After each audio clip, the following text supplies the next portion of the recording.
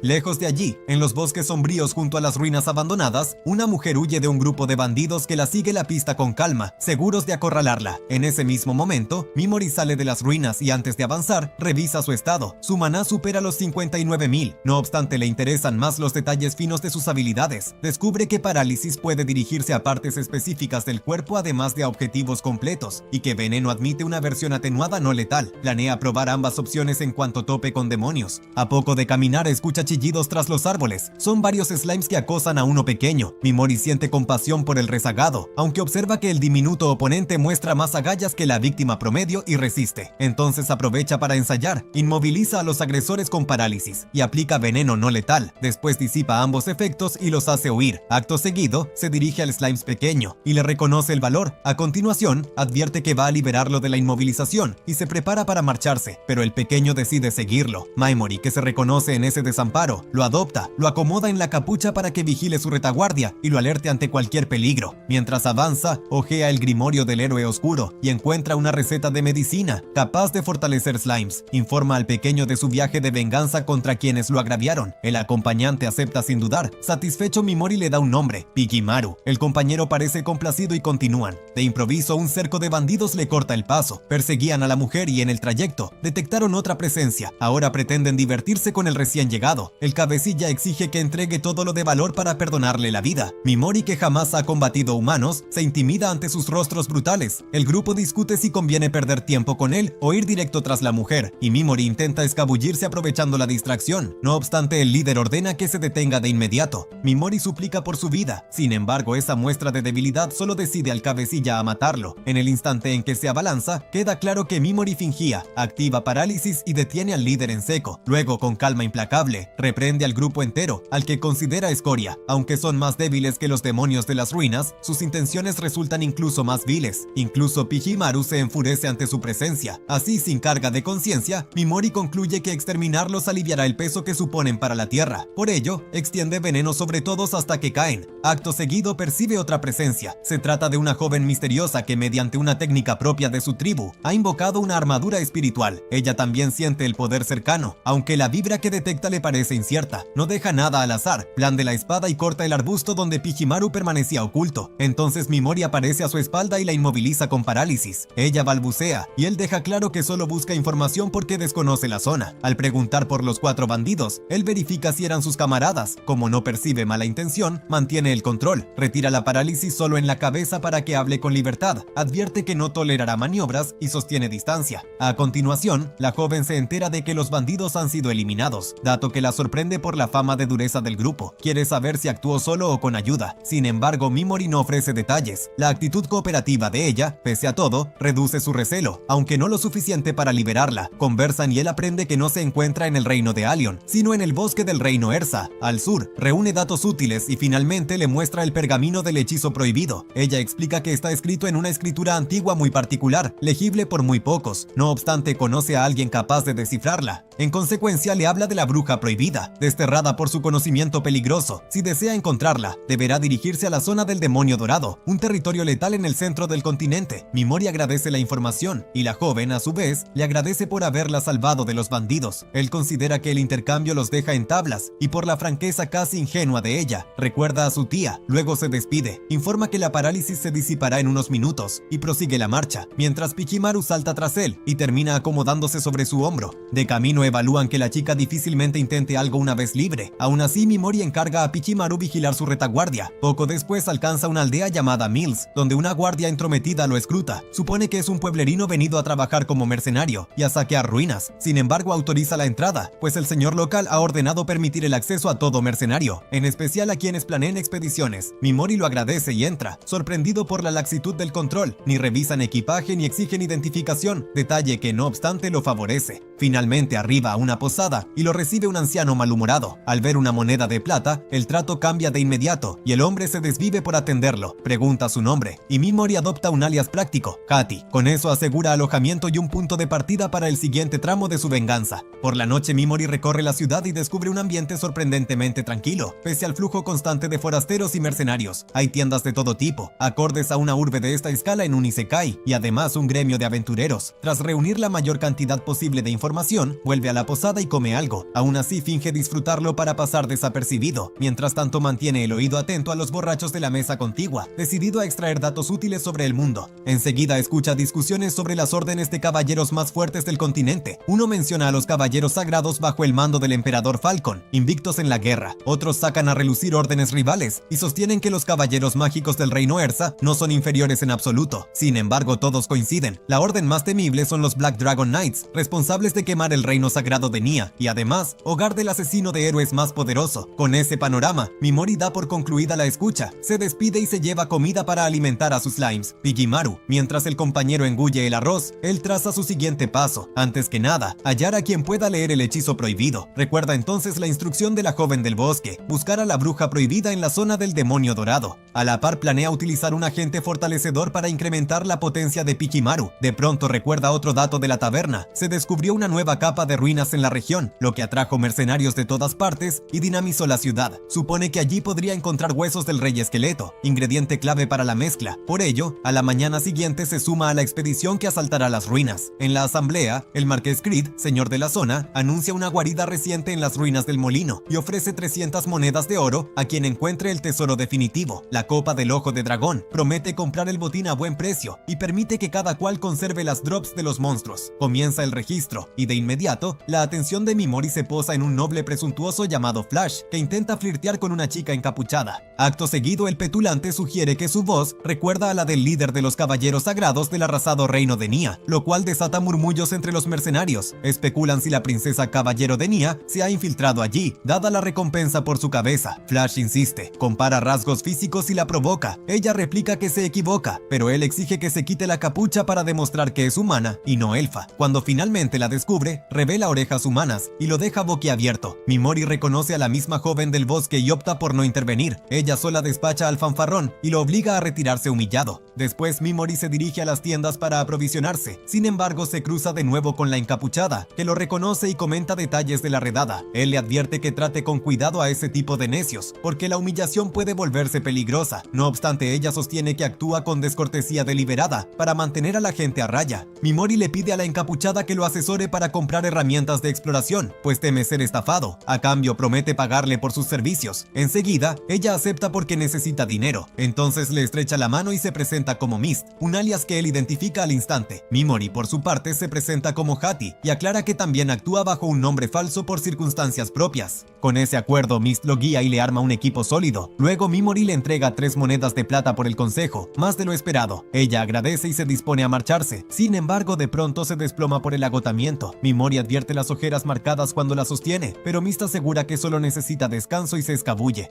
A la mañana siguiente, él se dirige a las ruinas del molino, y de inmediato se topa con mercenarios huyendo de un becerro demoníaco, la versión joven de los minotauros que ya enfrentó en las ruinas anteriores. Con precisión, lo paraliza, lo envenena y lo remata con su espada corta. Mientras tanto, los mercenarios llaman a su superior, y al regresar quedan pasmados al ver a la criatura abatida de una sola estocada. Sin darle importancia, Mimori se interna y confirma que los demonios del lugar no representan amenaza real. En su avance, escucha a Flash conspirar con 2 rufianes para asesinar a Mist. Como no soporta que la inmundicia prospere, sale de su escondite para encarar la situación. Flash y sus hombres se le echan encima. Mimori primero tantea terreno, se disculpa y promete silencio sobre el oído. Aún así, el patán no piensa dejarlo con vida. En el instante del ataque, Mimori lanza parálisis sobre los 3, los inmoviliza y acto seguido despliega veneno hasta dejarlos a merced del entorno. La limpieza le resulta extrañamente refrescante. Mientras se aleja, Flash lo maldice y jura venganza. No obstante, Mimori los deja con vida a sabiendas de que demonios poderosos ya se aproximan. En consecuencia, las bestias devoran a los idiotas paralizados y él continúa sin carga en la conciencia. Luego toma una siesta corta en un recodo seguro, con Pijimaru de guardia. Al reanudar la marcha, deja tras de sí un rastro de cadáveres, lo que atrae a un grupo veterano, los Tigres Dientes de Sable. Su líder, Lily, y el sublíder, Foz, no logran determinar la causa de muerte de los monstruos y deducen que hay un enemigo extremadamente peligroso. Por prudencia, deciden volver a la superficie y solo detienen a Mimori para invitarlo a salir con ellos. Él agradece la consideración, pero continúa. Piensa que si sigue diezmando demonios y los deja esparcidos, más mercenarios abandonarán las ruinas y aumentarán sus posibilidades de obtener lo que busca. Finalmente alcanza la cámara de la copa del ojo de dragón, observa la estatua de dragón tras el pedestal y con la experiencia que da haber visto suficiente anime, anticipa la emboscada. Por ello paraliza y envenena a la estatua antes de tomar la copa y el guardián muere sin siquiera levantarse. Entonces se gira y encuentra a Mist en el umbral, sorprendida de que alguien llegara primero. Comenta que un par de horas de sueño le costaron el gran botín. Sin embargo, Mimori le cede la copa sin reparos. Ella se queda atónita y ofrece pagar. Él replica que Hati es demasiado ingenua y vulnerable, especialmente frente a chicas atractivas, como para reclamar una recompensa. Mist se niega a aceptar algo valorado en 300 monedas de oro sin compensación, pues mancillaría su honor. Aún así, Mimori insiste, ni la copa ni el dinero le interesan. En ese momento activa la plataforma del altar y revela un pasaje secreto hacia un piso más profundo. Explica que su objetivo real está debajo y que la convocatoria de mercenarios le sirvió de simple vía de acceso. De inmediato, Mist se ofrece como guardaespaldas para el siguiente nivel, dispuesta a pagar la copa con protección. Mimori lo sopesa y acepta con 2 condiciones. Primero, ella no hurgará en sus asuntos personales. Segundo, él no garantiza una salida pronta de las ruinas. Mist asiente sin dudar y jura protegerlo incluso con su vida. En el descenso aparecen criaturas vegetales de ojos dorados. Entonces Mist actúa sin vacilar y las corta con un juego de pies impecable. Mimori celebra en silencio la eficacia y a continuación pregunta por esos demonios de ojos dorados. Ella explica que otorgan abundante experiencia y facilitan que los invocados de otro mundo progresen rápido. Además aclara que los humanos no otorgan experiencia, por lo que la única vía de ascenso es seguir eliminando demonios. Asimismo añade que un elemento mágico proveniente del rey demonio transforma criaturas comunes en variantes de ojos dorados, volviéndolas más feroces y poderosas. A partir de esa información, Mimori recuerda a Kirihara, el héroe dorado, y una sospecha incómoda enlaza aquel resplandor con estas mutaciones. Luego alcanzan una sala de descanso. Mist percibe una presencia influencia cercana, y Mimori deduce que se trata de Pichimaru, por lo que lo saca y lo presenta. De inmediato ambos se entienden. Seguidamente, Mimori sugiere que Mist duerma un poco, pues lo necesita con urgencia. Ella accede con desgano y se acomoda. Entonces Pichimaru bailotea frente a ella y capta toda su atención. En ese instante, Mimori activa sueño con cuidado. Para su asombro, Mist emite un destello y recupera su forma real, la de una elfa. La corazonada se confirma, y con ello la identidad también. Mist es Hilaris, la princesa caballero de Nia. Lejos de allí, en el bosque de la emboscada a los bandidos, el líder de los Black Dragon Knights inspecciona la carnicería, interpreta que Mist derrotó sola a aquellos 4 brutos, y en consecuencia, anticipa con deleite el próximo encuentro. Al amanecer, Mist despierta, su transformación vuelve a activarse y retoma la apariencia humana. Se inquieta ante la posibilidad de haber sido vista, no obstante se tranquiliza al observar a Mimori dormido en el suelo. Pichimaru chirría, ese aviso basta para que Mimori abandone la farsa y retomen la marcha. De inmediato el piso entero retumba, por prudencia, se repliegan. Sin previo aviso, una mole irrumpe por la pared, el rey esqueleto. Mimori percibe que es el jefe de la mazmorra, pues supera con holgura a cualquier enemigo previo. Sin embargo, Mist conoce el punto débil, un hueso anómalo bajo la barbilla que de romperse, decide el combate. Ella concluye que mercenarios comunes no tendrían opciones, aunque en conjunto la victoria está al alcance. A partir de ahí, el rey esqueleto fija a Mist como amenaza prioritaria, y a Mimori eso le parece perfecto. Mist invoca su armadura espiritual y declara que la necesitará para vencer, aunque exige discreción absoluta. Mientras el jefe canaliza una explosión de energía, Mist advierte que si no lo contiene, Mimori deberá retirarse. Sin embargo, él se adelanta y activa parálisis, inmovilizando a la colosal osamenta. Mist queda desconcertada. Acto seguido, Mimori aplica veneno, y al reconocer esa combinación, ella ata cabos. Es el mismo hombre del bosque. El efecto se acumula. En consecuencia, el rey esqueleto se desmorona, y la victoria queda sellada. Mimori extrae los huesos clave para el agente fortalecedor, y al notar el torbellino de dudas en Mist, promete aclararlo todo. Ya en la superficie, emprenden el retorno. Entonces Pichimaru alerta sobre algo dentro del tórax del jefe caído. Mimori registra la cavidad y encuentra un bulto. Apenas lo toma, el paquete brilla y aparece un símbolo extraño. Al abrirlo descubre un huevo singular. Pichimaru lo reclama con entusiasmo, por lo que decide conservarlo. En paralelo, los excompañeros de Mimori atraviesan su primera mazmorra. Varios retroceden en pánico cuando caballeros esqueleto los acorralan. Una chica cae al suelo y llora por el brazo cercenado, mientras su amiga intenta asistirla en medio del asedio. De alguna manera, el grupo logra abrirse paso. Entonces Ayaka se planta al frente, decidida a frenar la embestida. Aún así, Oyamada y Kirihara irrumpen con ataques demoledores y barren a los enemigos de una sola andanada. Kirihara, indiferente al riesgo que impone sobre los suyos, celebra el resultado y revela su nuevo nivel 24, dejando claro el abismo que pretende abrir con el resto. Al regresar a la ciudad de la mazmorra, Mimori y Mist emergen a la superficie. Entonces, Mist entrega la copa del ojo de dragón a los guardias, y toda la atención se concentra en el tesoro definitivo. En ese instante, Mimori se retira en silencio. Sin embargo, ella lo alcanza y le informa que la recompensa será entregada por el señor al día siguiente en una ceremonia pública. Mimori confirma que hasta entonces está libre, y al recibir una respuesta afirmativa, le pide que pase por su habitación por la noche para hablar de ciertos asuntos. Ella asiente, y antes de separarse, le toma la mano y vuelve a agradecerle por la copa.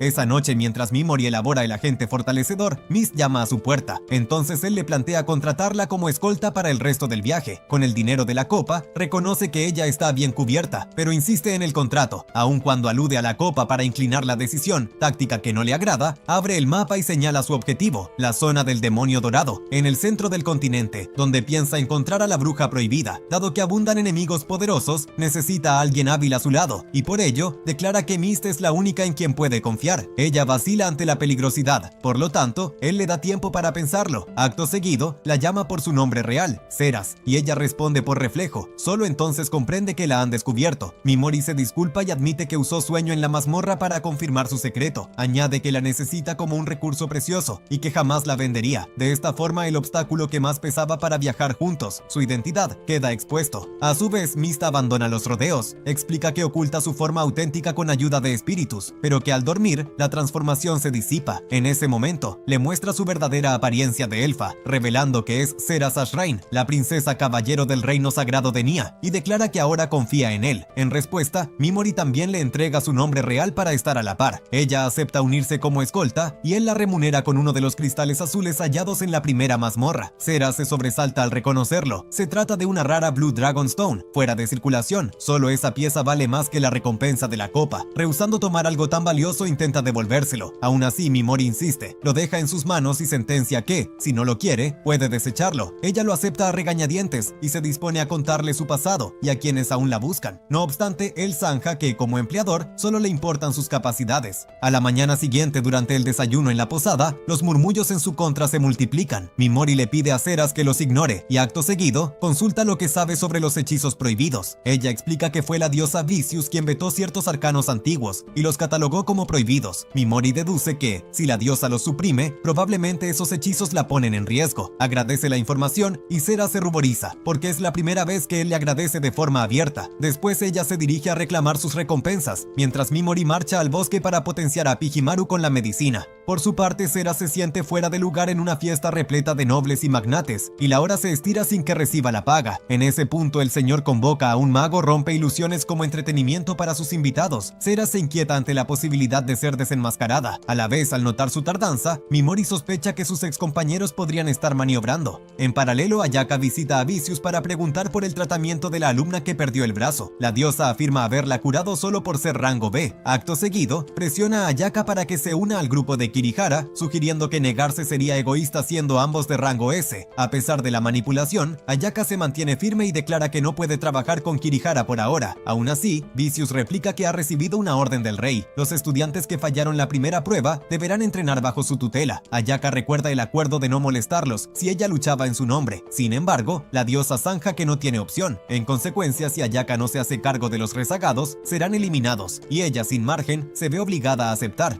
Por su parte, Mimori sospecha que Mist lo traicionó y huyó con el dinero, o bien que algo le ocurrió. La primera opción le parece poco probable, por eso sale a buscarla, y en el trayecto escucha rumores. La portadora de la copa resultó ser la princesa elfa buscada. Dicen que corrió al bosque tras ser descubierta, aunque poco importará porque los Black Dragon Knights ya van tras su rastro. En ese preciso momento, 3 dragones surcan el cielo rumbo al mismo bosque donde Mist intenta escapar. A continuación, uno de los jinetes cae en picada para atacarla. Mist reacciona al instante, canaliza su magia espiritual y lo derriba con un tajo aéreo. Seguidamente, encanta su espada y fulmina al segundo y al tercero. Aún así, el desgaste se acumula, pese a tratarse de caballeros de bajo rango. De pronto, una lanza vuela hacia ella, la intercepta, pero advierte que el dragón que acomete es un señuelo y que el verdadero peligro está al frente. En ese punto se cruza a Zero con una caballera de alto rango, Guizun, que sentencia su final. Mist no puede desplegar por completo su armadura espiritual por el reciente hechizo de ruptura de ilusión. Así, Guizun avanza con ventaja y mientras la acorrala, revela que tiene órdenes de cierta persona para ejecutarla allí mismo. Antes de consumarlo, pretende divertirse, la empuja, la desarma y se abalanza. Entonces Mimori irrumpe a tiempo y paraliza a Guizun y a su dragón. De inmediato, Mist se repone y pregunta la razón de su presencia. Mimori, tras aplicar veneno no letal y sueño sobre Guizun, le recuerda que no hablarán de asuntos privados frente a terceros. Luego afirma que regresó para recogerla. Ella rehúsa el empleo por el riesgo de atraer a los Dragon Knights. Intenta devolverla a Blue Dragon Stone, pero él se irrita y le arroja una bolsa repleta de piedras de dragón. Ella queda perpleja. Mimori sostiene que no hallará mejor escolta y que no piensa buscar otra. Acto seguido, le exige un cambio de atuendo para borrar patrones, porque la identificaron por su indumentaria. Añade que la necesita para localizar a la bruja del bosque, ya que podría esclarecer los hechizos prohibidos y proporcionar un método más seguro para ocultar su identidad. Seguidamente cancela el sueño de Guizun y le exige el nombre del instigador. La caballera, altiva, lo mide como si esperara su muerte inminente. Mimori, imperturbable, promete salvarla y retirar el veneno si confiesa. Guizun parece dispuesta a soltar la verdad, quizá para ver la reacción de la princesa. Sin embargo, un peligro súbito sacude el aire. Mimori aparta a Mist justo cuando una espada colosal cae y destroza las cabezas de Guizun y su dragón. Entonces 3 jinetes aterrizan. Los lidera un joven de cabello plateado y ojos rojos, que se presenta como Sivit, comandante de la tropa más fuerte de la humanidad. Desciende con sus 3 compañeros y anuncia a su unidad de 5 jinetes. Guizun explica, formaba parte del grupo, pero hablaba de más y mereció morir. Uno luce un aire extravagante, con corte impecable. Otro juguetea con la idea de disfrazarse de pirata y propone usar a su presa como balón antes de ejecutarla, puesto que el rey ordenó matarla a la vista. El estilizado reprende al pirata, recordando que el monarca desea que el cadáver conserve una belleza similar a la de Mist en vida. Mientras el cinismo de la escena la hiela, Mist desenvaina y deja claro que no caerá sin resistir. Aún así, los jinetes la subestiman. En ese instante, los ojos de Sivit se desvían. Su interés se posa sobre Mimori, ese extranjero de aura extraña que, a su juicio, resulta más intrigante que la propia princesa elfa. Mimori Mimori percibe que su vida pende de un hilo. La presión que emana Civit es descomunal, un poder que supera con creces al del devorador de almas. Aún así, mantiene la sonrisa y propone conversar. Civit pide un nombre y Mimori ofrece su alias, que el jinete reconoce al instante, aumentando su interés. El subordinado con aire de pirata no entiende la fascinación, pero Civit puntualiza que el extranjero ni tiembla, ni esquiva la mirada de los jinetes de dragón, y además pretende dialogar con el hombre más fuerte de la humanidad. Consciente de que debe jugar sus cartas a la perfección, Mimori tantea el terreno. Sugiere que Civit busca siempre a los enemigos más fuertes para saciar su hambre de combate. Civit lo admite, aunque reconoce que pocos rivales le ofrecen una pelea digna. Entonces Mimori desliza la opción de la diosa Vicious. Civit admite su poder, pero recuerda el tratado de paz. Aún así, si hubiera guerra, preferiría medirse contra los héroes invocados por ella. En ese punto, Mimori ofrece un anzuelo mayor si desea un oponente a su altura, que lo elija a él, pues es un héroe de otro mundo. La revelación sacude a todos, incluida Ceras, que ignoraba ese detalle. Civit, en cambio, se divierte. Había intuido algo distinto en el extranjero. Pregunta por qué un héroe vaga tan lejos de su reino, y Mimori opta por la verdad estratégica. Vicious lo clasificó de forma diferente al resto, lo separó y lo descartó, sin rastro de mentira. Civit interpreta que debió tratarse de un guerrero excepcional, digno de andar por su cuenta. A continuación exige el precio del aplazamiento. Mimori promete entrenar hasta superar a todos, incluida la diosa, y volver para un duelo a muerte. Civit ríe con frialdad, acepta el aplazamiento y declara que tras encargarse de la princesa elfa, él y los suyos se retirarán. Entonces la expresión de Mimori se hiela. No permitirá que toquen a Ceras, porque la necesita en su ruta de fortalecimiento. Civit vuelve a reír, concede la excepción y ordena silencio a su extravagante compañero cuando intenta protestar. Finalmente, levantan el vuelo mientras Civit le insta a hacerse fuerte antes de que su paciencia se agote. En ese instante, Mimori ejecuta su plan. Cuando los jinetes alcanzan la altura prevista, activa parálisis. Civit percibe el peligro, pero ya es tarde. Dragones y jinetes caen uno tras otro, inmovilizados. Mimori contempla la escena y sin un atisbo de vacilación, sentencia su principio rector. No es una epopeya de honor, sino su historia de venganza, y hará lo necesario para consumirla. Civit forcejea en tierra y demanda explicaciones. Mimori ni se molesta en responder, enlaza veneno sobre todos y los aniquila al instante. Aún así, Civit resiste unos segundos más bajo el efecto tóxico, resistencia que recuerda al devorador de almas, y logra alzar la lanza con intención de lanzarla. Sin embargo, el cuerpo le falla por el agotamiento y se desploma. De pronto suena una alarma de refuerzo, y arriba una horda inmensa de jinetes de dragón. Entonces Civit intenta imponer órdenes, exige distancia y ejecución inmediata, tanto de Mimori como de Ceras. Sin embargo, los jinetes quedan paralizados ante el panorama. Los cuatro más fuertes, incluido su líder, yacen en el suelo, muertos o agonizantes. En ese instante, Mimori sugiere a Ceras huir si existe una rendija de oportunidad, aunque ella reafirma su papel de guardaespaldas y decide permanecer a su lado. Por ello, Mimori sonríe y de inmediato enlaza con Pigimaru mediante su habilidad recién adquirida. Acto seguido, el slime se emerge por su espalda y despliega una maraña de tentáculos hacia los enemigos en vuelo, ampliando el alcance del hechicero. En consecuencia, Mimori encadena parálisis a través de esa red y en cuestión de segundos comienzan a llover dragones y humanos alrededor. A medida que caen, él resuelve emplearlos como campo de pruebas y alterna hechizos para evaluar efectos y resistencias. Primero invoca Berserk sobre el extravagante Karen. De inmediato el soldado estalla en furia ciega. Después proyecta oscuridad sobre el subordinado de aire pirata y lo sume en ceguera total, forzándolo a debatirse sin rumbo. Más tarde, cuando la andanada concluye, Mimori los deja consumirse y reaplica parálisis como seguro, evitando cualquier contraataque. Entonces percibe un detalle inquietante. Todos han muerto, pero Civit todavía respira. El hecho lo sorprende de veras. Se aproxima y observa cómo, tras un último aliento, el comandante se desploma, por fin vencido.